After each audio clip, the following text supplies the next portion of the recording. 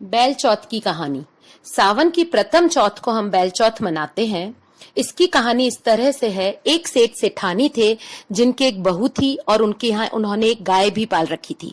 एक दिन जब सेठ और सेठानी अपनी गाय को चराने के लिए खेत पर जा रहे थे तो जाते समय उन्होंने अपनी बहू से कहा, बहू हम लोग खेत पर जा रहे हैं, पीछे से तुम गाय के बछड़े को छोड़ देना।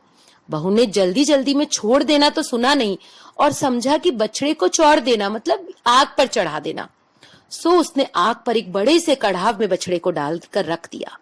उधर खेत पर जब सेठ सेठानी शाम होने पर घर आने की तैयारी कर रहे थे तो रास्ते में उन्हें एक शेर मिला जो गाय से बोला कि मैं तुझे खाऊंगा।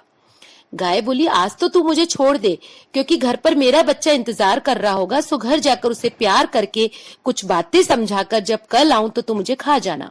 शेर ने कहा, पक्का वादा? कि हाँ पक्का वादा। तो शेर ने उसे छोड़ दिया। अब वो थोड़ी दूर आगे चले तो रास्ते में एक सांप मिला। गाय से बोला, मैं तो तुझे डसूंगा। गाय ने उसे भी वही बात कही जो शेर से कही थी कि मुझे कल डस लेना। उसने भी उसको जाने के लिए कहा। अब जब वो थोड़ी दूर आगे बढ़े तो नदी आई। उसने भी गाय को बहाने के लिए कहा कि मैं तो तुझे बहा कर ले जाऊंगी अपने साथ। तो गाय ने उसको कहा कि कल मुझे बहा लेना, आज मुझे जाने दे। अब वो भी मान गई। अब जब घर पहुंचे तो घर का दरवाजा उस पर गिरने लगा।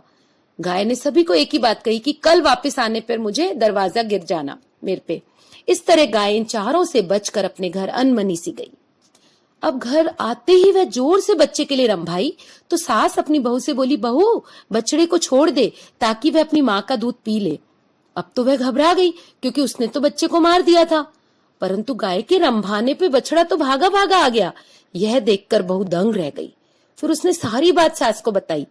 रात को जब गाय अपने बछड़े के पास सोई तो उसकी मालकिन भी वहीं पर सोई क्योंकि पहले जानवरों की भाषा इंसान समझ जाता था। सो सेठानी ने अपनी गाय की सारी बातें, जंगल में शेर, सांप, नदी, मोड़, दरवाजा सब सुना। सो वह भी अनमनी से अपनी गाय के लिए। फिर उसने सुना कि उसकी गाय अपने बछड़े से कह रही थी, बेटे मेरा काल आ गया है और मालिक और मालकिन बहुत अच्छे हैं, अपनी खूब सेवा करते हैं, सब बात का ध्यान रखते हैं, खूब प्यार करते हैं। सो मेरे मरने के बाद वह जो भी काम करवाए तो खूब सेवा से करना, हल पर जोते तो जुट जाना, परेशान मत होना। यह सारी बातें सेठ सेठानी सुन रहे थे। सो सुबह खेत पर जाते समय सेठानी ने दरवाजे के लिए गोटा लगी चुनरी ले ली, नदी को पूजने के लिए मूंगे और मोती लिए, सांप के लिए दूध और इत्तर लिया तथा शेर के लिए खूब सारा मांस लिया। अब जब वो आगे चलने लगे तो सबसे पहले घर का दरवाजा गाय पे गिरने लगा तो सेठानी ने झट से उसकी पूजा करी और गोटा लगी ओढ़नी उसको उड़ा दी। अब दरवाजा खुश हो गया, बोला कि चलो तुझे छोड़ दिया और तेरी गाय को भी छोड़ा।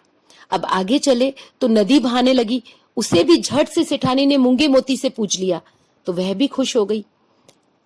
अब आगे चले तो सांप को जल्दी जैसे ही सांप मिला सांप को दूध पिलाकर खुशबू छोड़कर सांप को भी खुश कर दिया और शेर मिला तो शेर को मांस खिलाकर खुश किया। इस तरह चारों ने उनकी गाय को छोड़ दिया।